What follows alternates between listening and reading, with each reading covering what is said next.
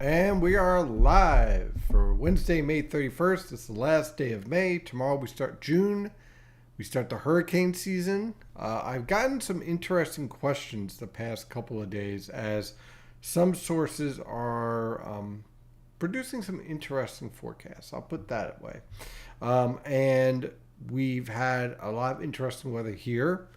Granted, no rain, but still interesting nonetheless. And let me pull up the water vapor satellite picture right here. And this is something where, again, as a meteorologist, you're like, wow.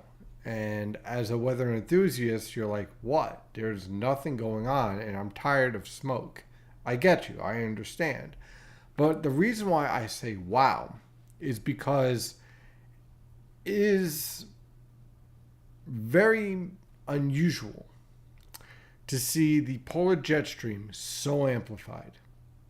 And maybe I say it's unusual, I'm not used to it, because we've been stuck in a La Nina for 3 years, and now we're finally out of La Nina, so we have an El Nino influence. But this is really impressive because you have upper level lows and strong low pressure systems all over the northern tier, all over from the Aleutian Islands through central Canada, Canadian Maritimes, and the Atlantic. And when you have all these below normal heights, there has to be an area where you have above normal heights. And we're seeing that in the Arctic, which is leading to well above normal temperatures because you have all that sinking air, and also over our neck of the woods. And that's why it has been so difficult to get rain around here, because all of your moisture is trapped down here with the subtropical jet stream, which is also very, very active. So it's an interesting pattern because you're seeing all these dynamics. And right now it is dry and beautiful. And, well, if you don't mind the smoke, smoke is not fun. But it's definitely dry.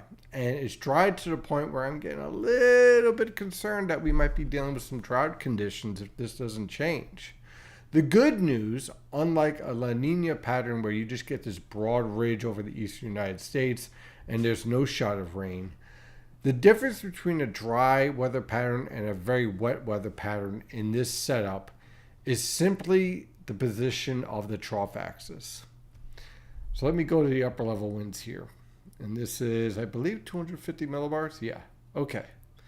So as long as the trough axis with the polar jet stream is out here and the subtropical jet stream out here, we're going to continue to miss out.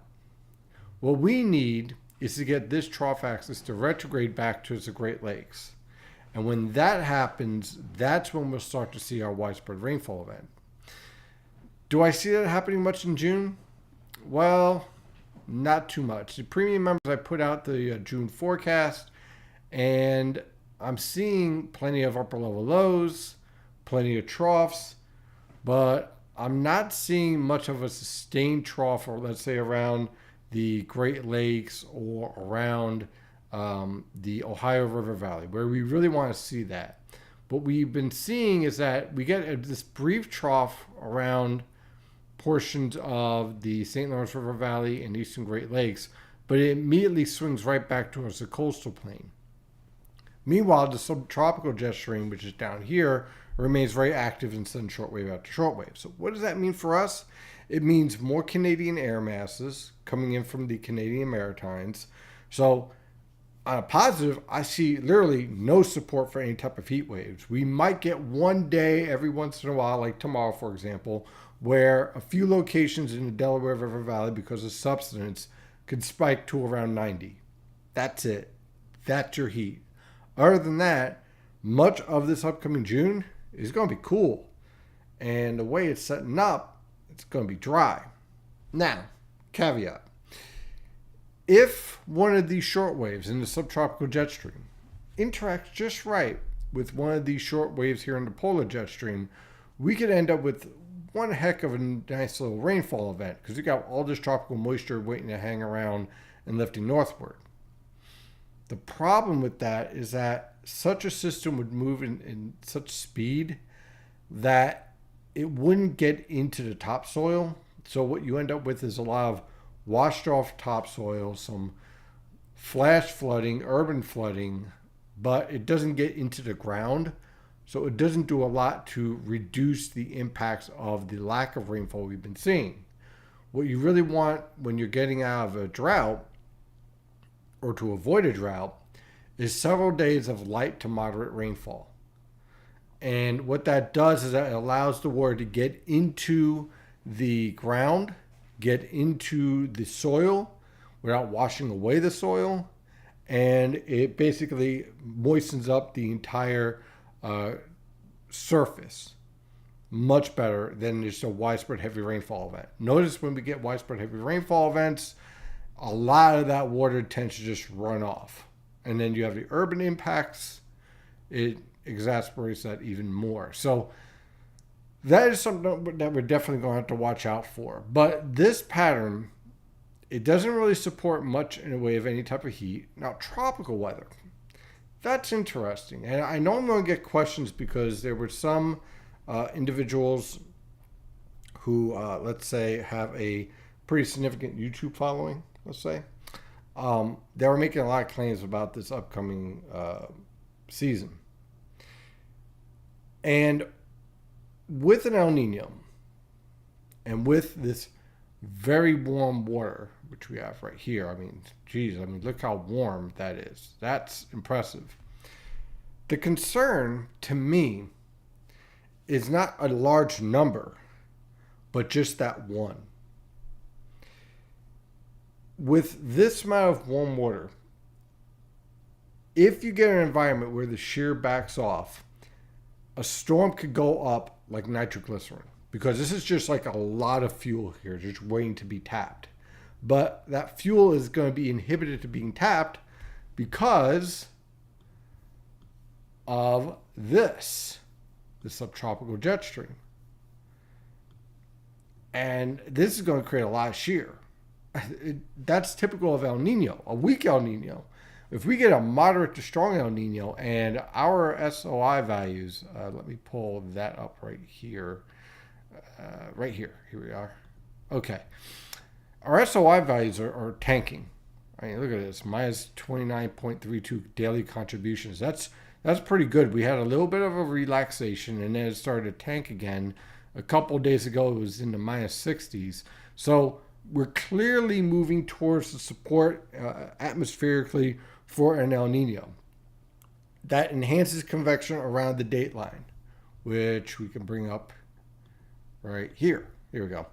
So it enhances convection around the dateline, enhances subtropical jet stream.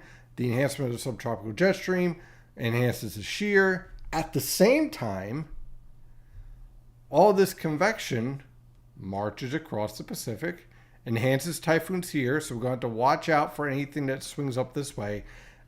Side note, there's a lot of people who look for typhoons that lift up to the east of Japan and create, enhancement of the polar jet stream.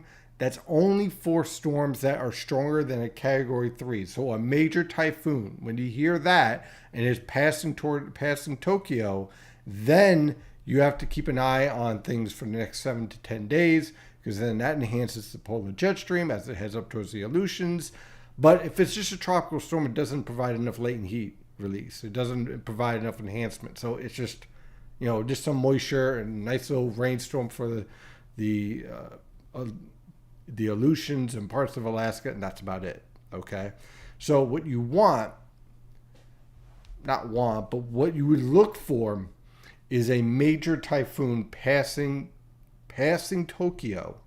Want to get to about that latitude, and then as it's lifting up towards the northern Pacific, it interacts with the polar jet stream, enhancing it, throwing in the extra latent heat release, throwing in the low-level warm core circulation, which enhances your storms, which enhances the trough around the Aleutians, and enhances your trough over eastern North America, and boom, there's your storm. That's how that works. So that's all part of the El Nino process. It also means you get more convection marching into the Indian Ocean and through Africa, and that's why we're seeing these strong waves coming off the African coast. In fact, you can see one right here. Now this one's marching along. It has nice little circulation, not completely closed, but it still has a nice little circulation with it. Why is it not being picked out. Why does it not stand out? Because it's about to run into this buzzsaw that is shear and dry air. You can even see some of the dust there, right? So dust is like diamond dust on a baseball field. It gets into these systems, it dries it out and chokes it to death. And then the shear, well, that's like a machete and just chops off the top of the tropical system. So you got Jason Voorhees and a lot of dust killing this thing. Okay? So when you have those type of combinations, yeah, these waves are strong coming off of African coast, but they're about to get murdered, literally, once they move into this environment, a very unfavorable environment. This is why I am not too concerned about a lot of waves coming off the African coast.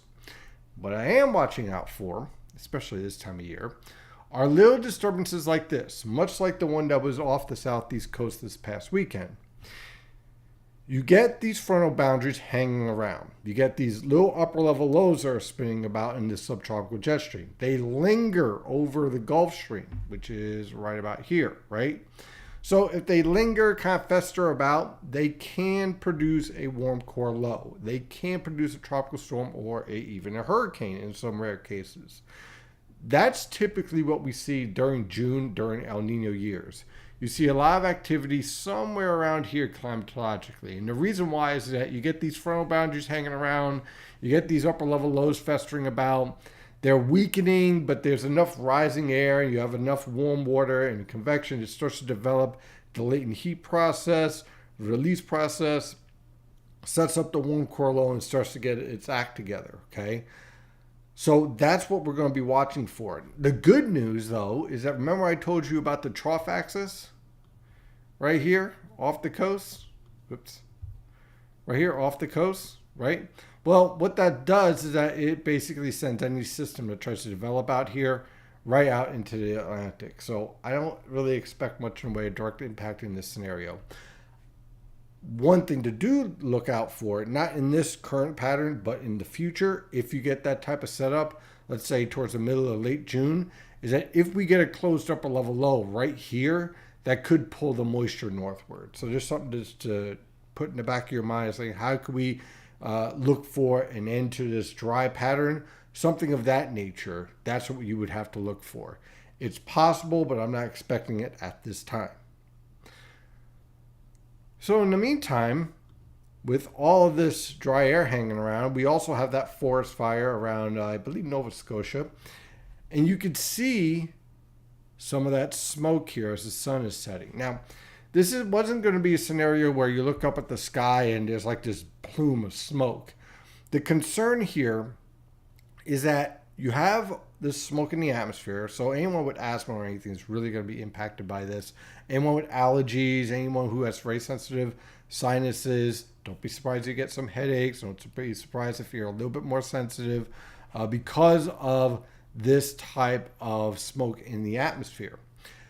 The other concern is that this can get locked down towards the surface. And we saw it this morning, and we're going to probably see it again. Take a look at the skew T here for this morning, for tomorrow morning, should I say. And I also saw this on the buff kit data over here, is that you get this little inversion that sets up roughly around 925 millibars down, right down to the surface. The concern here is that you get this smoke hanging around. You got low level moisture because of the easterly wind, right? So you got moisture and you have this smoke. So what you create then is low clouds and fog and this smoke contagion all mixed in on the coast, leading to less than favorable air quality conditions tomorrow morning. So just be aware of that as a combination of these factors. Now the good news is that as the sun rises, the inversion collapses and that smoke is released out into the upper portion of the atmosphere and kind of strung out, and it isn't as concentrated. But if you go running in the morning and you have asthma issues or anything of that nature, maybe skip tomorrow morning until this all gets cleared out, okay? In the meantime, our pattern remains somewhat interesting. First of all, As far as the pattern over the next 15 days, let me pull up the European ensembles. And I'm using the European ensembles. I use it a lot. It just is performing the best right now. I look at the GFS and I read the WPC discussions, which are free, by the way. You can find them right on NOAA. They're really great because one thing I will tell you as a meteorologist, you cannot possibly know everything. Okay? So if you have a source that does that, their whole job is to look at the models and write down what's changed and what the errors are and what issues are with the models this morning, use it. It's on WPC. It's under model guidance. It's a great tool to use. Okay, I use it every morning. Okay, it's not like a secret or anything, but I'm just saying a lot of people don't read it. They think it's like cheating, which is idiotic because you can't possibly go over every model out there. So it's a great resource. Anyway, I use that and it says, hey, look, the Europeans performing the best. European ensembles, we're using kind of a mix. I agree sometimes, disagree sometimes, but I use it as a way to measure, okay, where am I in my forecast? And am I in left field or am I somewhere in the ballpark of what everyone else is thinking? And is there anything that I missed? So over the next 15 days, we have the European ensemble guides here. And you can see the overall theme here.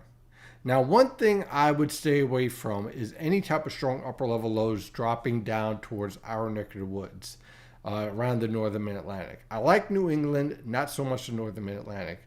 And the reason why is because you have to have a balance in all these upper level lows and upper level high pressure systems.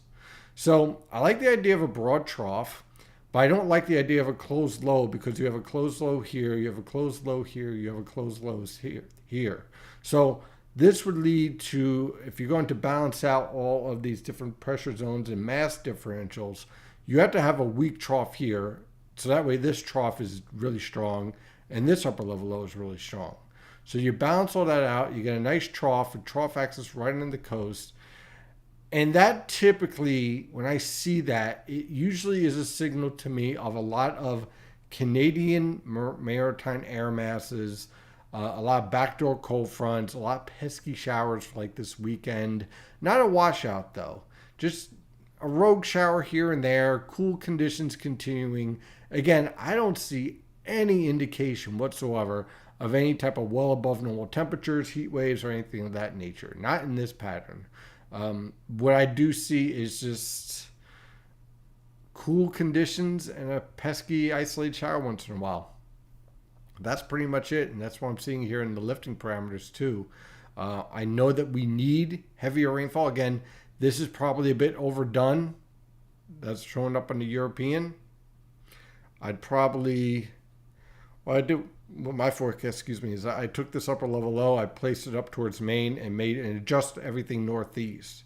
So that's how I kind of did the forecast. So again, you don't just copy the models. You say, okay, what's reasonable? What stands out the most and what's probably not going to verify? And this upper level low sitting this far south, I like it more towards the Gulf of Maine rather than over Long Island because of the way everything else is balanced out. And also the way that this upper level low kind of takes shape here, it doesn't match with the rest of the pattern and the overall theme. So I'd stay away from that. But what I do like, when I take a look at the 850 millibar temperatures, is that there's our warm day for tomorrow. Like, yay, we finally hit 90. Then, bye. It gets driven out. Here comes our marine air mass. Another cool weekend.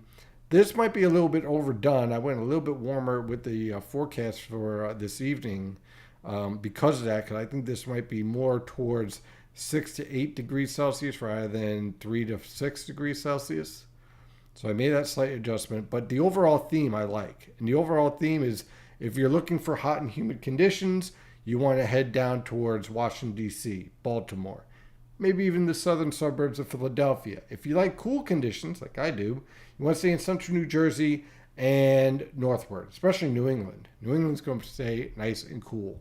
But again, not seeing a lot of support for any type of, let me see here, widespread rainfall. So I like the scattered isolated showers. Again, this is a little bit overdone, but you kind of get the idea of isolated showers here and there. but no widespread heavy rainfall events or anything like that. Oh, meanwhile, while I'm talking, the Mets are actually doing well. Look at that. That is outstanding. They're winning 4-1. How you like that? Beating the Phillies. There you go. Okay, so now that I went off on my rant and discussed a couple things, I know you guys have some questions, so we're going to check that out. I will bring me up. And, oh, by the way, how you guys like the background? We added more shelves, moved some stuff around, got some more Godzillas. It's great. My niece bought me that globe over there, so I make sure I put it up there. So let's see here. What do we have for questions? After I get done with all the premium questions, of course, I will be dropping by into YouTube, and we will talk about that. And so definitely get your questions in over there as well. By the way, the knee is feeling much better. Thank you for asking. I am feeling much better about that. Thank God. Did a lot of stretching. Yoga is a good thing. How concerned are you about a dry layer developing? I am getting more concerned by the day. See, here's the thing with summer. When we start to get into kind of a groove, right, where you get a lot of dry air at the boundary layers, it's harder and harder to overcome convectively. So then what you need then is essentially a tropical low pressure system that moves slowly to eradicate that dry layer. And the more that you have that dry layer in place, if you're trying to break that dry pattern with convection, thunderstorms, what happens is that dry air, much like what you see in the tropics when you have dry air in place, it eats away at the thunderstorms. It eats away at the low-level moisture. And so when you eat away at the low-level moisture, you reduce the ability for the thunderstorm to break the drought, and it repeats itself and it feeds back on itself. So every passing week we don't see significant rainfall, I'm getting more and more concerned about it. So it's something that we're definitely going to be watching. With such low humidity today would have been a nice cleared sky, except of course for all the haze. That's true. Given the location of Canadian wildfires, as long as those fires are going, when we get Canadian maritime air masses, we get the haze and smoke. That's correct? Yes. In this case, the smoke drifted to the south of Nova Scotia and then got caught on the easterly winds that are coming in at the surface. If we see that continuing again, then yeah, we'll continue to have that impact. What we want is northwesterly winds throughout the entire region, and then it sends it out into the Atlantic and leaves us alone. Does the hot air that rises from wildfires create enough rising air that it can enhance low pressure in part of Canada and impact the overall pattern? That's a great question. You would need it creates mesolows. It has been actually documented where it creates these mesolows, and you could actually get like fire tornadoes, right? But what you would need in that scenario is like a fire like something like out of California where it produces widespread impressive fire, right? All over a large area to create a synoptic impact. It will certainly create a mesoscale impact, especially mesoscale beta, which is like really small scale, but it's hard to enhance the synoptic level. That's your upper level lows and whatnot. The amplification in the polar jet and the number of lows and cutoff lows for this time of year at the start of El Nino is impressive. Curious if this continues all summer. When are the factors that go into whether it stays amplified or not? A lot of that, let me go back here and pull up this. A lot of that depends on the convection here. Now, as this El Nino develops, if we see a lot of convection here as we move forward through the summer and into the fall, then a lot of your forcing and lifting is right here, which enhances your trough, which enhances your trough here. However, if a lot of your convection is here, then what you do is that you enhance the trough here, which then enhances the trough out here, and you get this broad ridge. So sometimes with a strong east-based El Nino, let's say as we go from the summer to the spring, from the summer to the fall to the winter, is that you get this trough that dives into the into California, rips through the Rockies, drives towards the Great Lakes, and then drops towards the Canadian Maritimes. So the Canadian Maritimes gets a lot of storms, be it rain, snow, what have you, and you get this warm pattern over the central United States that spreads into the eastern United States. That's what convection that is dominant here. If you have your convection dominant here, then your trough is dominant here, your ridge is here, you get short waves undercutting the ridge into Southern California, and then you get a deep trough with potential for phasing here over the eastern United States. So that's the key. Where is the convection as we move forward? And if it's a strong El Nino, sometimes it's something called like too much of a good thing, right? So typically with a strong El Nino, it's not a slam dunk, but more times than not, you end up with such a strong subtropical jet stream that in the spring and in the summer and fall, it produces pretty good rainfall events for the East Coast. But then in the winter, it produces overphasing around the Mississippi River Valley. And then you get these lake cutters. So just kind of giving you an idea of the influence of strength of an El Nino. So you have to look at the strength and you have to look at the location of where that forcing is taking place. Did the spring severe season for the Plains and Turner Alley turn out how you expected? For the most part, it's been pretty active. I know that the Oswego guys out there, they've been pretty happy, and they've only been out there for a couple of days. I got my former intern, who's now a graduated meteorologist. He's out there right now, and he's having a ball. They're all having a ball out there, following on Twitter, and so in that case, yeah, it's been pretty good. I'm glad it has not materialized for our neck of the woods. I'll take it. I know that people love thunderstorms, but I could do, especially now as a homeowner, I could do without tornadoes and all that good stuff. Let's see. Will the dry boundary layer reduce the threat of showers by basically drying them out? Yeah, that will be a factor that we're going to watch out for. What you probably end up with is that you'll get on the radar like an impressive shower moving over your location, and then you go outside and it's basically spitting. And that's because your layer at about, here, actually, let me pull this up real fast. Okay, so let's say a shower's moving through. You got that dry layer, so as that rain's coming down, it enters this dry air, and it just eats up all the rain.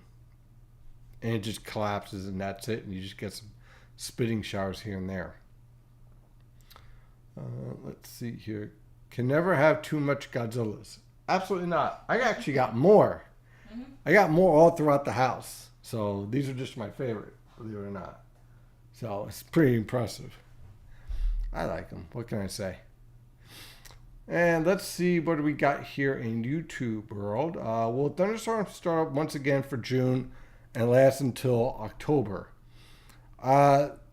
Probably not what you'd want. We'll see where we are at in July. Again, you want that trough around, let's say, the Ohio River Valley to really set that up. I'm not really seeing that right now, but maybe in July it could shift. So we'll be keeping an eye on that. Have an outdoor wedding on Sunday. Sounds like we should be able to have the outdoor ceremony happen. Is it more of a change of showers in the morning or afternoon? Thank you. Oh boy. See, this is why when we got married, we decided to do everything indoors. Because I know as a meteorologist, I know, and it did rain. It rained heavy on our wedding day. Cold, yeah. And it was chilly. And they were like, why don't you go outdoors? I'm like, lady, I'm a meteorologist and we're having a wedding in late October. That means we're guaranteed to have a nor'easter. So I always say, you know, it sounds nice, but I personally like indoors. Now, this weekend will not be a washout in any way, shape, or form. But I cannot guarantee that you will not have a shower. They're going to be pesky all the way throughout the entire weekend. So I would say, while I don't expect any heavy downpours, I would say have a backup plan just in case. Maybe have a nice little white umbrella by you for the bride. No one cares about the bridesmaids, and no one definitely cares about the best man. They could have a whole waterfall fall on him. It doesn't matter.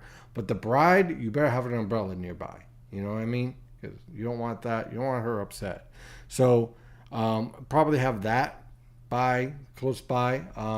But it's not going to be a washout. It's actually going to be a nice, cool weekend for most locations. A mix of sun and clouds, a little bit of haze, but overall not too bad. But I cannot tell you, yes, in the morning it's only going to rain, or afternoon it's only going to rain. The threat is throughout the week and into early next week with these pesky showers rotating through. So it's going to be a bit of a nuisance. Let's see here. Well, there's some great questions here, guys. And I'm just checking in on the Mets. Have you ever thought about adding a coastal and bay forecast for those who fish in those areas during the warm weather? I've thought about it. The problem is that I still have to learn what exactly fishermen look for. I tried to dabble in it, and it just didn't work out. I didn't have a lot of traffic for the amount of work it takes to do that type of forecast, because they're looking for wave heights and they're looking for water temperatures and how the temperatures shift and at what level. And that's a lot of work. It really is. So I have to find the ability to do that work in an efficient time with everything else that I'm doing, and then make it worthwhile, because no offense, like, I make money, right? And I can't spend a lot of time on something that isn't the most profitable. And that's the honest to God truth. But I'm always looking to see how to improve and how to do better and see what I could do. Can repeat the website to the computer models. I don't know what that means. Can repeat the website to the... Do you have any idea what that means? Did you cite where you get your models? Oh, that's what it means. Okay. I get my models and from weathermodels.com. I'm sorry, it's late and I'm tired.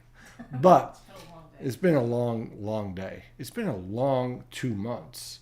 Well, Fun 2 months, but long. All right, so I go to weathermodels.com. I love their stuff. I get the, what type of package do I have? I don't know, business or something like that. Business International, because I do some forecasting for energy as well. But you can find some basic packages as well. If you're looking for free, because I know, hey, look, sometimes, especially if you're starting out, for Tropical Tidbits is an outstanding resource for model data. You can use a variety of different models. Let's see here. What's another good one? Of course, Twister data. Let's see. Weather Nerds is good, but I use weather.us, which is weathermodels.com. And of course, you can go to NCEPT as well. So there's a couple of different choices. Thinking July will be hotter. And right now, well, it has a chance of being hotter than June. That's definitely for sure. But when it comes to seasonal patterns, when you start to lock into a theme, what you want to do, if you're going to change that theme, is that you have to find what's going to fundamentally change in the weather pattern. And that's even more difficult when you get into warm season months, because your forcing mechanisms are reduced. So what you would need to change to create a wetter weather pattern for us is a lot more convection around the dateline. For us to have a hotter weather pattern, what you want is a lot more convection towards South America. That would lead to a broad trough from the plains to the eastern, to, let's say, the Ohio River Valley, and we'll kind of be on the edge of that heat dome. Right now, I'm seeing more convection around the dateline, and the MJO is suggesting there'd probably be more convection around the dateline. So I would lead to a repeat to what we're seeing now. But that can change. Other than what we need, rain to keep things from turning into a drought, cool weather all summer is fine with me. Yeah, fine with me too. Please, I'm Italian and I sweat with no problem at all. So this weather is absolutely beautiful. I go outside, I don't feel like I'm walking into a sauna. It's beautiful. I went down to Florida. I'm like, I don't know why people move down here. It's ridiculous. I cannot stand that humidity. No way. No thank you. I like it cool, crisp, beautiful. You can take the pool and all that stuff. I don't need it. WPC discussions from their website to double check for errors. Oh, okay. Here, let me pull that up here. Where are you? Ah, here we are. Okay, so you go to wpc.ncep.noaa.gov. Here, let me go and drop that off right here. I'll put this in here for the YouTube channel. Boom. And I'll put this here for the live chat channel. Bam. And so that is the website I use. And this discussion right here, you can go over everything from the overview, guidance evolution, evaluation, and predictable assessment. You can read this whole thing and you kind of get an idea of where they're going. And again, you don't have to go with what they're saying, but it gives you an idea of what everyone else is seeing. And then you can make an argument why you're with that, or why you're against it, and what you're seeing, and why you're seeing it. Okay? So it's a good baseline to look at, when you're studying a lot of this stuff. And then, of course, they also do a nice little weather hazard highlight zone here that you can read over, especially if you're interested in severe weather beyond our neck of the woods throughout the rest of the country, which is always good to read. That way you understand what is going on throughout the rest of the country. So that's always a great resource. I always like using it. And let's see here. Let's see if we have any updates as far as visibility out there. See if we have anything new with any type of fog development. So far, it's pretty quiet out there. Temperatures along the coast are in the lower to mid 60s. You got that easterly wind. Let's see, dew points aren't too bad. Notice the warmer conditions away from that maritime environment are in the 70s still. So nice cool influence on the coast. Means I'm going to be opening up the windows tonight. It is going to be beautiful out there. We don't mind the cool conditions. And let's see here as we transition to night. There's our low clouds developing. So don't be surprised if we get something starting to develop, let's say through the Delmarva, southern New Jersey, probably eastern Monmouth, and probably the south side of Long Island, maybe all of Long Island. But you can see that starting to develop and generate already.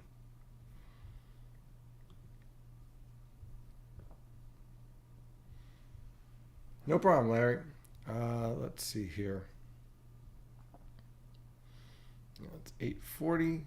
Do we have any additional questions about the pattern or anything else? Be happy to answer them.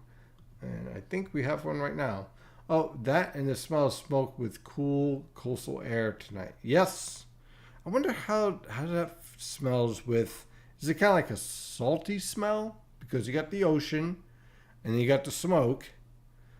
So it's like seaweed, seawater. You get that smell. And then you kind of get that pine smell, like a fiery pine smell. It's like a fireplace outside a little bit. So I wonder what that smells like when you're right on the coast.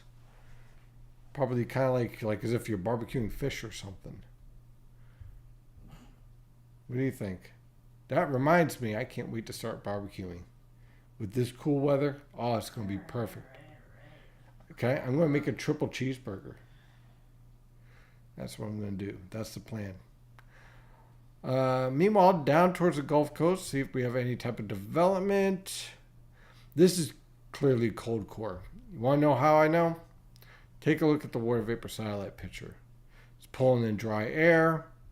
This is driven by phonogenical forcing. I'm not really seeing any type of indication. Let's see if we can find any type of warm core development here. So let's go down to the Gulf Coast here. Turn that off. And seeing if we have any type of warm core low. Let's see if we can go down lower in the atmosphere, 925 millibars. Not really. I mean, maybe you kind of get this, but you have more like a moisture gradient here. So I'm not really, what I want to see with the warm core low is a deep moisture gradient over these warmer temperatures. But right now what I got here is a thermal gradient and a moisture gradient in place. Technically that's grilling, not barbecuing. Barbecue is low and slow. See, these are things I gotta learn. I did not know that. I know. I have to learn all that. I'm gonna have to get books and stuff. Can you barbecue salad? Just stop. What? Just stop. What? You can like make it like grilled like tomatoes or something. Just stop. It's gonna be fun. But yeah, I mean, I don't really see any type of warm core development out of this at all. Oh, we got a question. Let's see. Let's check it out. What is the best model on tropical tidbits? Oh, I don't really know, to be honest with you. I mean, what do you mean as far as like accuracy? Well, I mean, it really doesn't matter if it's on tropical tidbits or not, you know. Right now, today, the best model statistically is the European ensembles. As far as graphically, I mean, tropical tidbits does a pretty good job graphically displaying their model guidance. So you can't really go wrong with any of the models in that respect. Where has the wind gone? Very low wind in May for the middle of the country. Is this associated with El Nino in general? Well, that's a great question. We're not seeing a lot of winds because we're seeing a lot of above normal heights. So you can see over the plains, especially around the Mississippi River Valley and back towards the plains, you're getting these strong short waves coming into the southern tier and then diving south. You're getting a lot of pretty good rainfall events down in southern Texas. But we're kind of getting in the polar jet stream this broad ridge here. And because we have this broad ridge here, you're getting a lot of subsidence. I mean, you get a lot of subsidence, you're not really getting a lot of wind speed. And so, let me pull up the surface here. Running any type of strong low pressure systems, you're not really getting much in the way of any type of strong winds. Until you actually get up towards more like the panhandle in Texas, where you start to get more of that interaction with a dry line, and you get that interaction with the moisture coming in from the Gulf of Mexico, then you start to see your winds pick up once again. But it's really just a placement of these low pressure systems. Smells like a smoky sea water smell. Interesting. Swordfish on the grill is great. I personally like hamburgers, but No, you're not really a fish fan. no, I'm not. I do like shrimp, coconut shrimp, and you like shrimp too. Mm-hmm. But I never really was into fish, except tuna fish, which is ironic. Why don't they just call it tuna? Tuna fish. Like you never call it like beef cow, right? Just stop. I'm just curious. I don't know why. Tuna fish. I like tuna. I had tuna yesterday. It was good.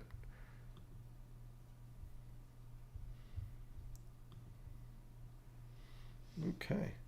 So I think that we covered all the topics for today, and it is about. Did you? Yeah. Do you have any more books that you got to tell them about? No, well, let me see here. Let me do this real fast. Covered your books the last time. All right. Did I talk about? Mid-Atlantic Synoptic Meteorology. Here we go. Now, this is a good book, Mid-Atlantic Synoptic Meteorology by Gary Lackman. There you go. Put it right here. Okay, I've been reading this. This is a great starter book if you have someone who is just starting to learn about meteorology, especially like let's say in high school or just about to enter college. A lot of great information here. It's a nice little workbook, great illustrations. Okay, let's see here. Finish what you were saying. Do you know if anything? Oh, okay, I'll answer that. But yeah, mid-latitude synoptic meteorology, dynamics, analysis, and forecasting. This is a great starter book to study as you are, let's say from, I would say from a junior in high school to maybe getting ready to go to your first classes as a freshman. This is a great book to use to start to study. So I found it on the AMS website. You can go to the library. It's an excellent tool to definitely use. And for me, it's a nice refresher course. Let me tell you something, guys. After you graduate, the worst thing you could do is stop learning or put your books away and think you never have to read them again. There are things that I learned that I have forgotten, probably a lot.